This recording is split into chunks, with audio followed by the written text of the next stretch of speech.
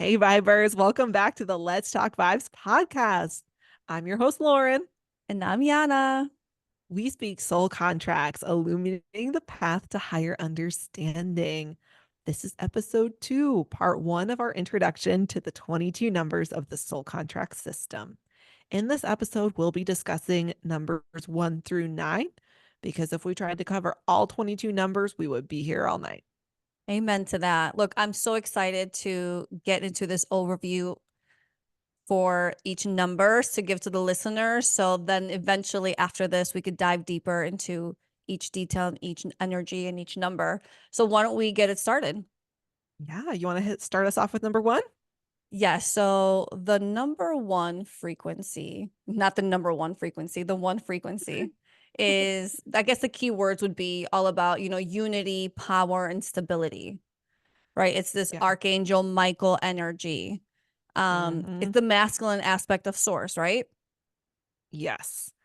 And for me, what I think is so key to understanding this number is, you mentioned power, and it's also then about integrity. And one of the big lessons is going to be about how to use power with integrity. And what I think is actually so interesting, and this is where we can get philosophical, is you said, right? It's the masculine expression, the divine masculine, if you will. Well, think about it. Like we live in this patriarchal society. So the one is often really seen as like authority figures, and it can be, someone like a father or a teacher, or just in some ways that generally that patriarchal society and authority having an influence and impact on your life. Yeah, absolutely. And the one also comes with this like natural healer energy, this service soul, somebody who just loves doing for others, which really comes out strongly too, like when you add in the 10-1 frequency with it. Yeah. And it also comes with a little bit of this unstable energy, if you will. And you're really here to kind of like gain that stability in your life and to use Yeah. that power to like push through. Yeah. And you're touching on aspects I think we're going to get more into, which is that whatever the key words are, right? The key themes, depending on where it's going to show up in your life, that's either something that's more easily accessible to you or not something that you're in touch with. It's like your lesson is the opposite. It's getting to that place. But we're really going to get more into that in future episodes. Anything Yes, I else can't. you want Well, what to? I was going to say was, other than the fact that it's the most rare combination to have in your chart, we A 1-1. rarely, yes, the 1-1, we Mhm. rarely ever see it, but you do see that one energy playing out in many different combinations through the charts. Yeah. But then that also brings us to our second rarest number in people's charts, which is the 2-2 frequency, right? Right. And the 2-2 is all about wisdom and emotional resiliency. It's about objectivity, and there is one major lesson within that 2 frequency, right? Which is all about foolishness to wisdom, being sure Yes. to start making objective, wise decisions instead of just pouring in that emotion, which I know I can absolutely relate to making emotional decisions. I mean, it has been a big journey of mine, but I'm Yes. definitely on the positive side of that aspect for sure now. 100%. For me, it's interesting because like I always have been someone who is seen as really wise, especially for my age, like wise beyond her years. And so I feel like I really tapped into that wisdom aspect of this number from a young age, but that emotional resiliency, one of the big things that we talked about or that we talk about with this number is that you're learning to respond rather than react. And I do feel like I'm someone where I had just like a very dysregulated nervous system, kind of the two is very sensitive, so I was just sensitive and I was reacting. So that's been for me so much more of the lesson. Again, already starting from the wisdom aspect, but needing to learn how to respond and not to react. I so see that in my life. Oh, yeah. In like even very simple things like, do I need to buy this dress? Is it best for my budget to use it there or to save it? Because Yeah. it plays out in every single aspect of your life. And it's like when you start to tweak it in one, you could totally like watch it play out through the rest of your life in such a beautiful way. And that is where the foolishness to wisdom comes in, is the idea that you did make the foolish choice, right? You learn from maybe once or twice, buying the dress and realizing later, maybe I shouldn't have done that. And then you reach the point in your life that you learn to not do that again. Amen. Amen, girlfriend. Okay, let's go on to one of my favorite frequencies, which is Me the too. three. Three, all about communication. It's master teacher energy. It's about worthiness. It's about, maybe when you were younger, you were shy. You weren't really comfortable, whether it was your surroundings or not, to express how you felt. But this is such a deep emotion frequency. It's all about being able to express into society how you feel and your emotions and your thoughts and your truths. And it's like it comes from such a deep soul level, and people really want to Yeah, hear that. It's like when you connect from there, people really are drawn to that. absolutely. And for me, that unworthiness factor is so key. And so the three, we say that it represents depth, so it is things that are really, really deep. And that can kind of come in two ways, which is on the one hand, it's like it's so deeply rooted in me as someone who has a three to feel unworthy. Like that is so deeply rooted in. And on the other side of it, with the depth, it's like I feel like I do have this depth of emotion. I often picture it like a well where I have this depth of emotion. And then there's this like layer of dirt on top, and I can't reach into or feel into any of it. Like I do almost feel kind of numb, and it's hard for me to feel and process emotion.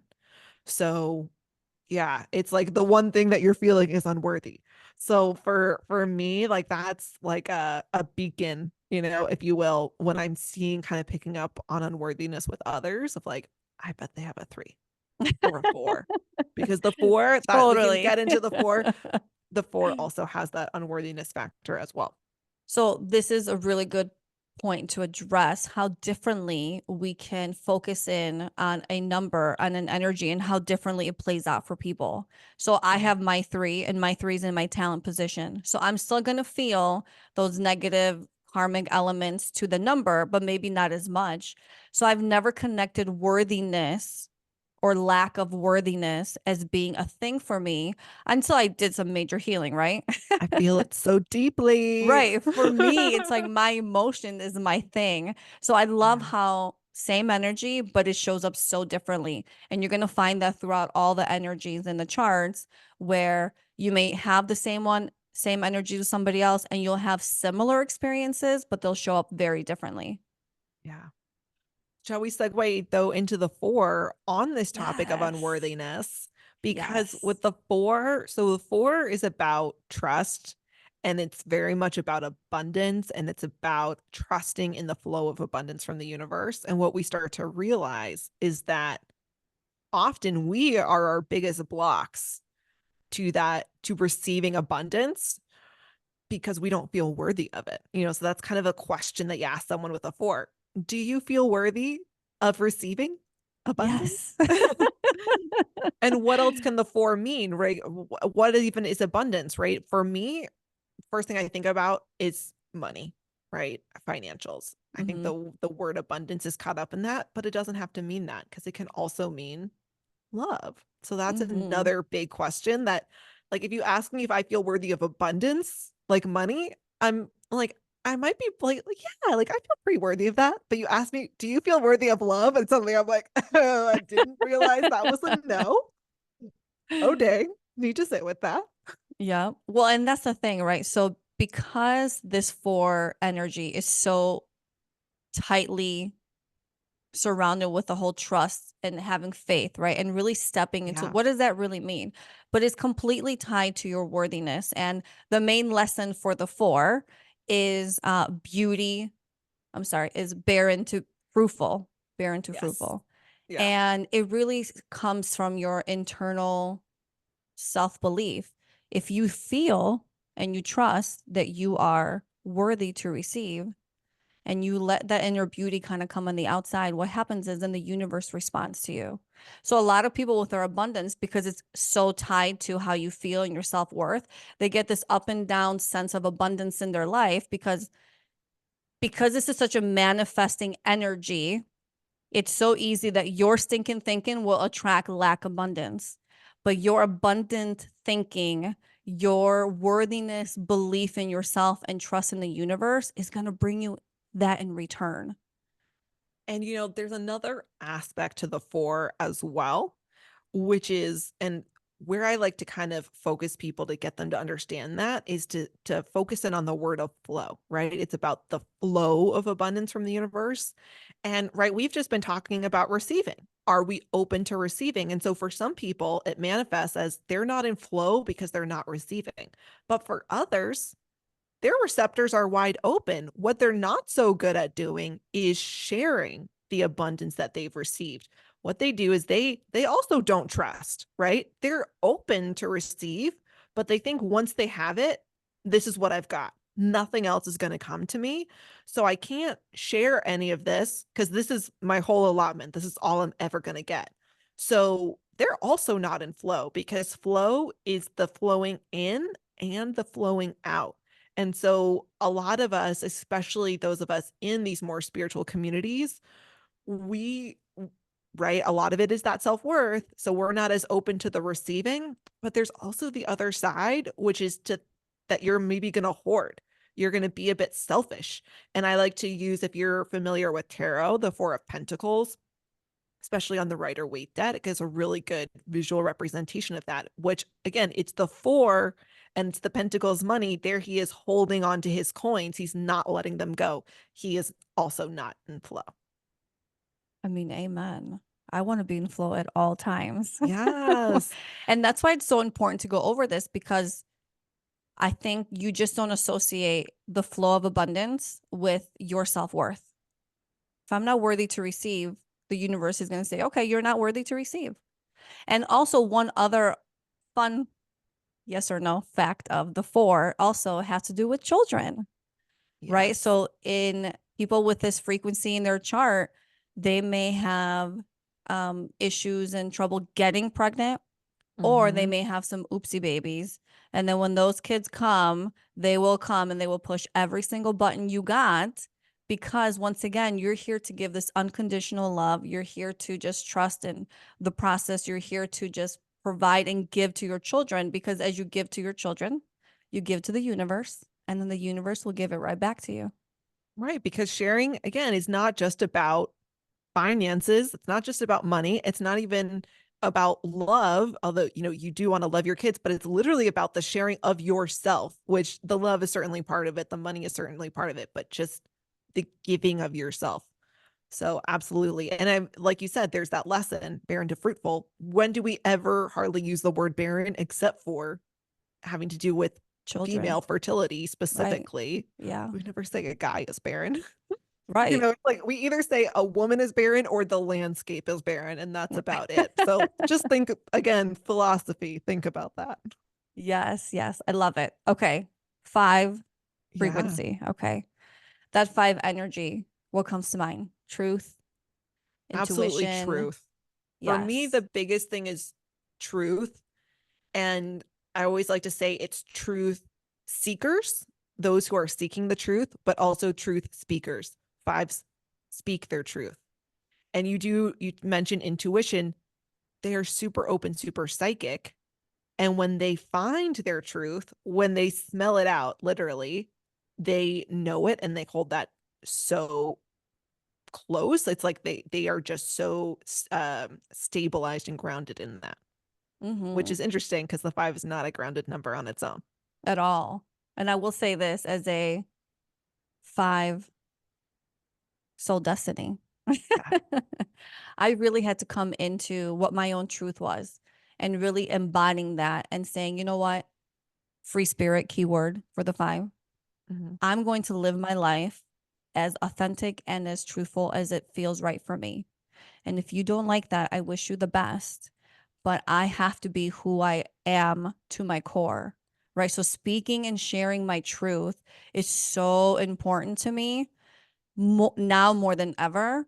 And what's interesting is another part of this five is like the whole empath Mm-hmm. aspect of it, right? And it's Yeah. like this ethereal sponge. It's like you pick up on the collective energy knowingly or unknowingly because you're so tapped in that this creates what mood swings, right? This can create anxiety or depression because there are days where you're like, I feel sad today, but I don't know why I feel sad today. Yeah. And it's like probably a good amount of those times, it's not even your emotion you're feeling, you're just processing other people's feelings, right? And it's about like that discernment, that intuition, right? Is this mine or is it not? Because I need to release it. I can't carry this if it's not mine. And if it's mine, let's get down to the truth of it. What is causing this? Right. And let's share it, speak it, and release it. And honestly, we could do an entire episode on the fact that there are throughout history, again, let's think about women who probably were thrown into like mental asylums and all of that by their husbands because they were probably super, super psychic, super tapped in, super open, and all of that. And society was not in a place where that was accepted. Where even now, I would just say we're in the transition where I think it's almost down to luck of where you live, your community, your family, how that is interpreted of are you having a mental breakdown, or are you having a spiritual awakening? And in the sense of it could go one way or the other of how that is treated. And thus, we talk about in the spiritual community, we manifest our reality, really what that becomes. Mm-hmm. So man, we could really go off on that. Oh, and we will later. Yeah. But let's also not forget the very important part of the five. It's the Aries energy, right? This Two Aries queens pioneers. here. Yes. It's this pioneering energy. It's this, I'm going to get this started. I'm going to go do, I'm going to accomplish. It's very assertive. It's like it stands strong. And it's like, you may not feel that earlier on in your life, but when you step into that, it's such a beautiful Yeah. place to be. Yeah. For a lot of fives, that's more of a lesson and not a place that they're starting. Oh, Yeah. yes. I mean, and that I can totally attest to that. Even as an Aries sun. Yes. Yeah. I had to learn to assert myself, but listen, one day when we go over the charts too, we'll understand deeper why, right? Yeah. What other energies play into the five, for example, that affect it as well. Yeah, absolutely. And, every single one of the numbers in the system has an equivalent sign or planet in astrology. And I absolutely want to do another episode on that because there's so much more we can say. But for now, let's look at both the next number and the next sign on the zodiac. The six is Taurus energy. How do you see Yes. Taurus energy showing up in the six? Oh my gosh. Creativity and focus and just lots of ideas. It's a business energy. But for most people, myself speaking included, um, growing up, it plays out in a way where you are unfocused, right? It's like this Yeah. ADD, ADHD mentality where you're kind of like all over the place and you start a million projects and maybe you'll finish one. And which, of Yes. course, we know the Taurus causes that frustration. It causes like you're blocked. It's this creative block. And then in those moments, you can have an outburst because you're just like, I don't know why this is not happening for me, but it's part of that failure mentality, right? Sixes have a problem with trying things out because they need guaranteed success before they'll try. Because if I'm not going to succeed, then I'm not going to waste my time or my energy because I don't want to fail. I mean, Yeah. who can relate to that? I'm sure so many people. Yeah. And I mean, again, contrast to the five in Aries, who's ready to like leap first, ask questions later. Taurus is like, I need you to show me results before I'll even start this. Totally. Yeah. And it's like I feel I embody that, right? But what else comes with the sixth energy? Addictions, right? Yes. That's This the over focus, right? Like to the point of fanaticism that it's both ways, right? The energy exists in both ways.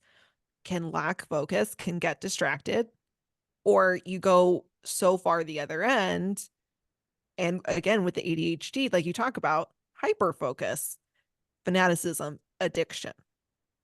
Right. And that could be addictions of your own or addictions to the people around you. It's like you're surrounded by this addiction energy and you're not meant to stay in it. You're not meant to be blocked in life, guys. You're here to break through that. You're here to become laser focused. Focus on one thing at a time, accomplish it, move on to the next.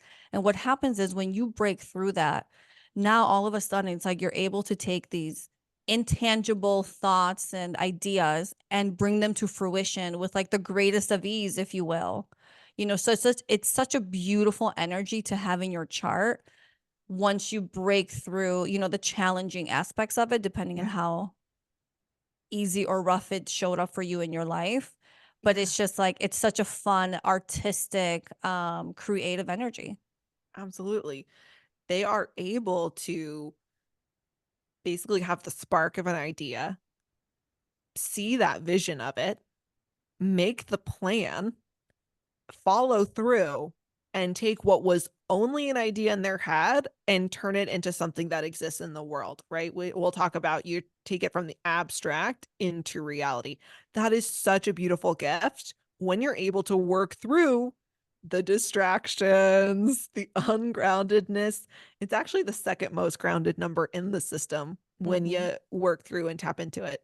So beautiful. And procrastination. Let's not forget procrastination. I mean, It's I have such ADHD. Like, I'm so familiar with this energy. totally. Well, Okay, shall we let's. talk about the next number that's also in my chart, number 7? Yes, you want to take us off on that? Oh my goodness. So, with the 7, it is such a beautiful energy. Honestly, it's like such a heart-centered energy, but it can also almost be tragic in that sense because it has to deal with heart wounds. And heart wound, I don't know, you just utter the word, it almost makes me want to tear up and cry. Like, it can be so sad. And with sevens, they feel like there is something bad about them. And they feel like if they show this to the world, if anybody in the world sees this, they will not be loved. So they hide it. They hide their true selves. They show up in the world with a mask, with a facade. Hello, And Gemini. yes, it's this is our Gemini energy. These numbers are going in order with the zodiac for right now. Um, but what they need to learn to do, what I have had to learn to do, is to show up in the world authentically. And I love that right now, authenticity, it's almost like a buzzword. Like people are craving authenticity. And I don't think it's a coincidence that last year, 2023, was a universal year 7, that it created this need for people to want to be authentic and to see authenticity in others. So it's a great time for me because it's like, oh, you want to see my authentic self? Here I am. And I like it was like a calling that I had to do that anyway for my journey. And so luckily it aligned with the world ready to see that. Thank you.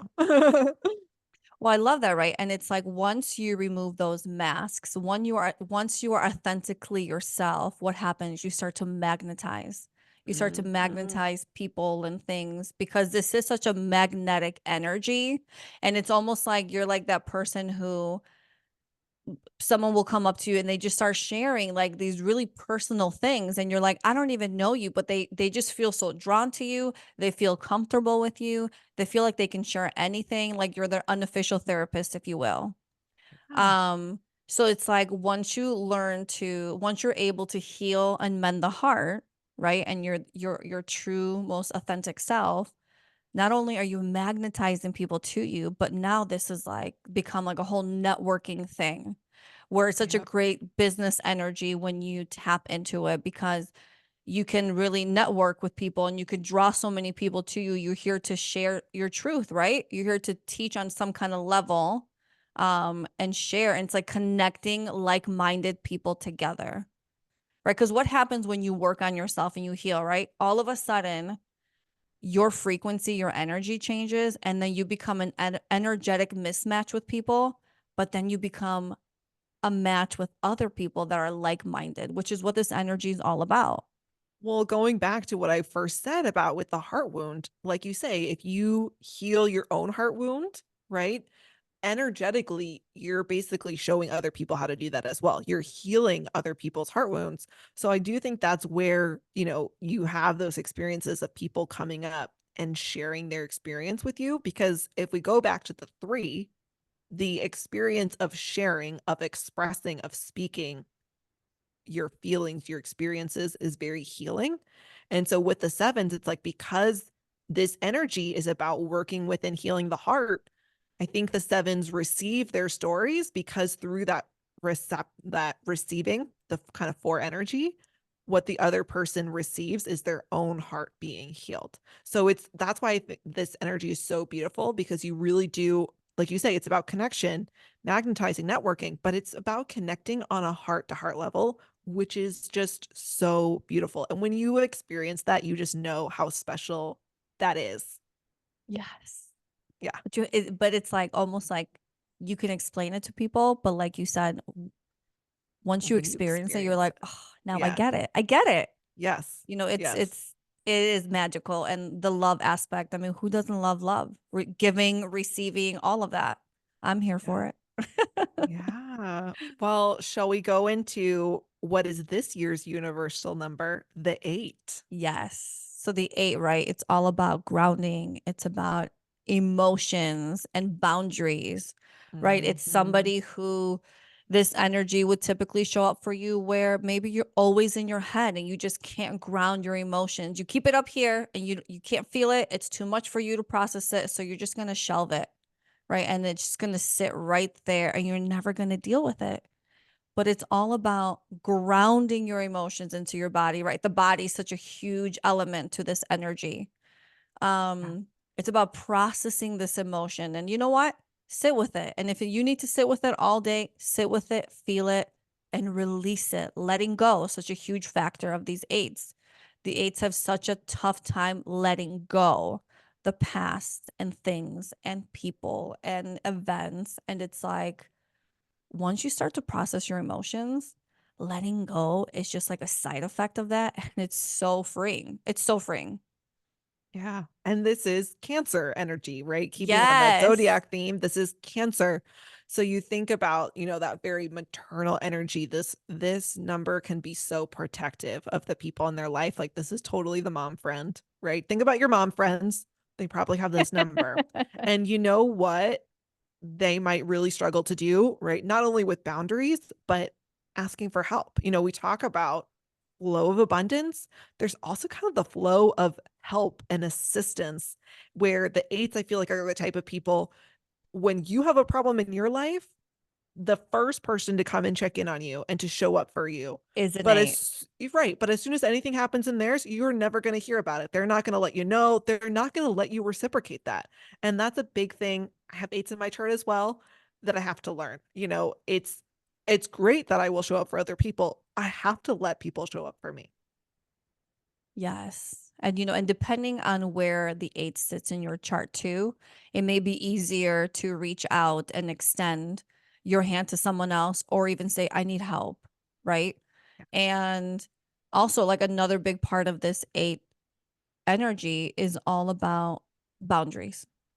Mhm. Right. So people with eight sometimes they have a really tough time setting boundaries and overstepping boundaries. Right. And I think a part of that too is So me. eights, same.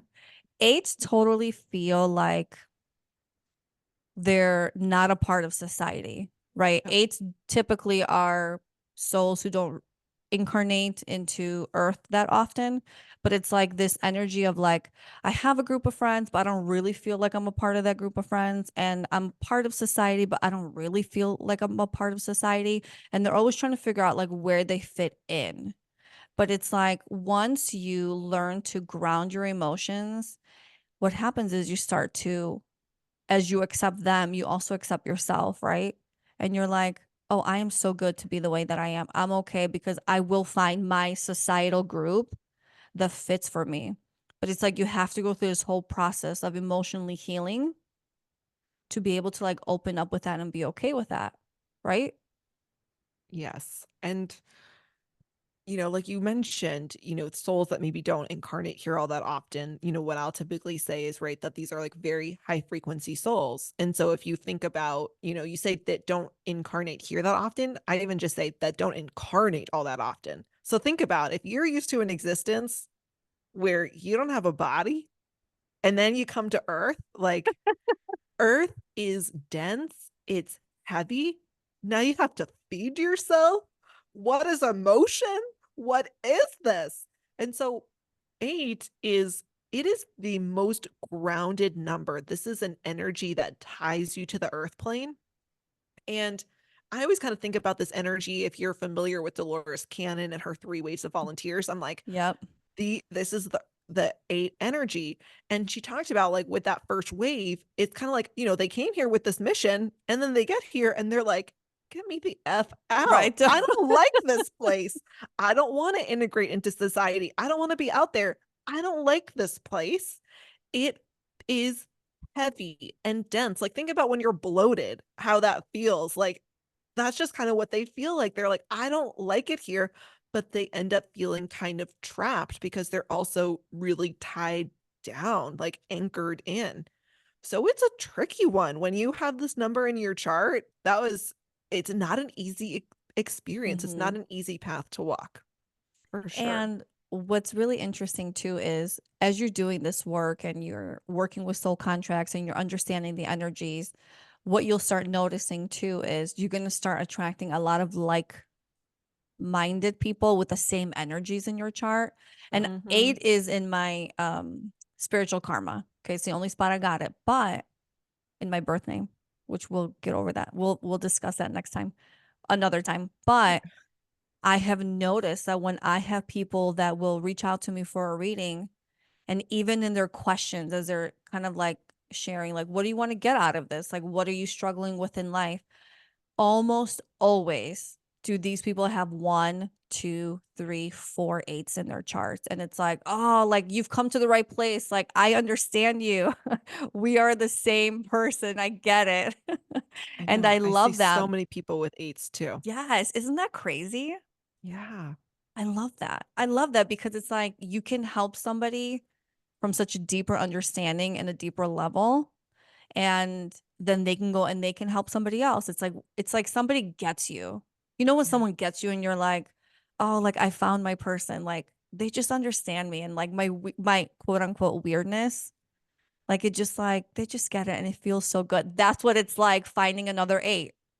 You know what's interesting though, that you mentioned that you have 8 as your spiritual karma. We'll have to get into this more when we'll have to introduce the topic of overlays and what happens when you look at two people's charts together, kind of like synastry and astrology, if you're familiar with that. But I have 9 in my spiritual karma. And actually, these are really good together as how they interact because the eights are so grounding for the nines, and the nines are very catalyzing for the eights. So that's actually something really nice about our synastry there. I love it. And we will definitely have to address that at some point, Oh yeah. right? Because it's Yes. funny because total like sidetrack here for a moment. You and I will have to get into the story of how this even came about. But you and Yeah. I maybe talked for like 3 seconds together, and then we're like, oh, yeah, we're doing a podcast together. Like, this is a thing. Like, we were so on the same level. We instantly clicked. There was like barely any words like said. And it's like, this is a thing. This is working for us. It's so wild. But then you see the numbers and you're like, oh, I get it. Yeah. Like we'll have to do a whole episode on that because yeah, we really did not like know each other and have this plan. We were just like suddenly like, you want to do that over IMs on or DMs on Instagram. I love it. It's amazing. Okay, Miss Nine, you want to lead us off into the nine? Well, nines, they are the most powerful number in this system. And, as what's his name, Uncle Ben, right, from Spider-Man says, with great power comes great responsibility.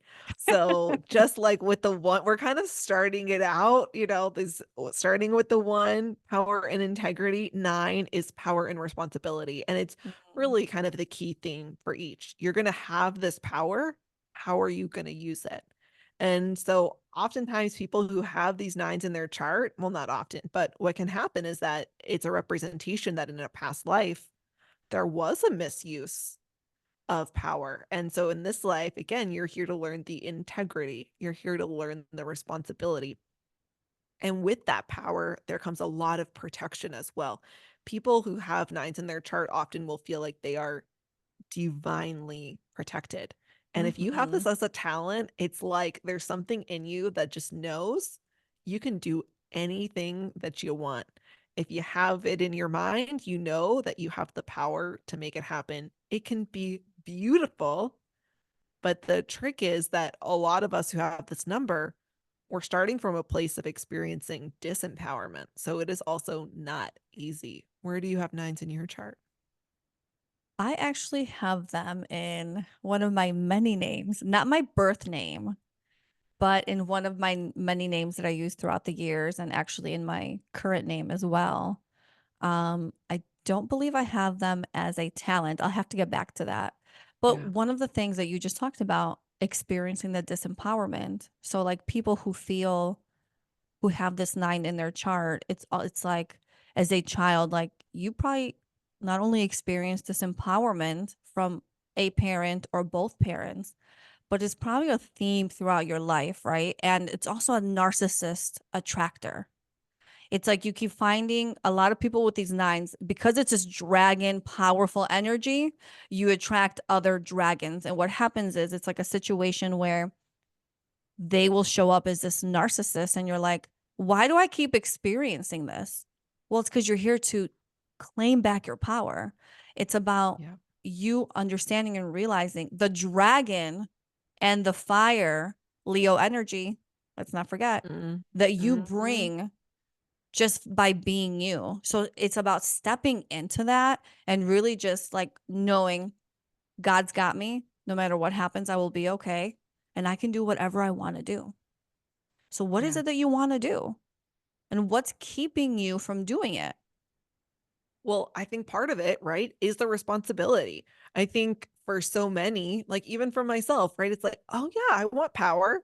But someone goes, do you want responsibility in equal measure? And suddenly it's like, let me rethink that answer. I don't know. There's something about us humans. Oftentimes we run from responsibility. And so I think that's a huge part of it is that you get to hand the responsibility over to someone, and that's really easy to want to do, but you don't realize that that's also giving your power away. And so Right. in order to own your power, you have to own the responsibility too. And so I think that's where it gets tricky because one of them you want and one of them you don't. Totally. And also with that too, it's this peacemaker energy, right? So it's like you can use your power, right, appropriately. And it's like Mhm. you could also cultivate a lot of peace. You can bring Yeah. people together, you can mediate, you can show people that it can be done in such a beautiful way where we have this peace, where we coexist, where we agree to disagree, if you will, and it's bringing people together. And it's like when you learn how to use such a beautiful energy, there's nothing that can stop you. Well, it's interesting because I have a life path number 9 too, if you think about like Ooh, Pythagorean numerology. And so when I was learning about that, they talk about people like Martin Luther King and, Gandhi. I forget where they would have nines in their chart, but some of them had as a life path too. And so you really think about that ability, like you say, to lead and to create change. I mean, again, it's a very, very powerful number. So it's all about where are you putting that power, that focus, that attention. What change, be the change you want to see in the world, what change are you wanting to see? And are you being it? yes. I love that. Yeah. Any Okay, listen. final thoughts? Well, other than the fact that I'm really excited to get into the other numbers too. No, I feel like I'm like ants in my pants and like it's like once you start talking about this stuff, You Yeah. can't stop. Oh my God. So I just love Again, it. we could be here all night. We have had to, our threes have had to not say everything that we want to say. Yes. Yes. And that's what's so great now that we have this podcast together and that this is only the introduction and the beginning, and that over time we're going to get to go into so much depth. And especially when we start to like talk to people and really look at their charts and see all of the different ways that these energies can manifest. I mean, this is truly just the beginning. Amen. Okay, so everybody, don't forget to head over to our Instagram at Let's Talk Vibes Podcast. Let us know in the comments there or here on YouTube if you are catching us on YouTube. Hello. Let us know what energies you're vibing with, because this again is Let's Talk Vibes. So we want to hear from all of you. We want to know what you're vibing with. And to visit us at the ltvpodcast.com if you want to schedule a reading with Yiannah or myself. And next week, we're going to be discussing numbers 10 through 22. I can't wait, obviously.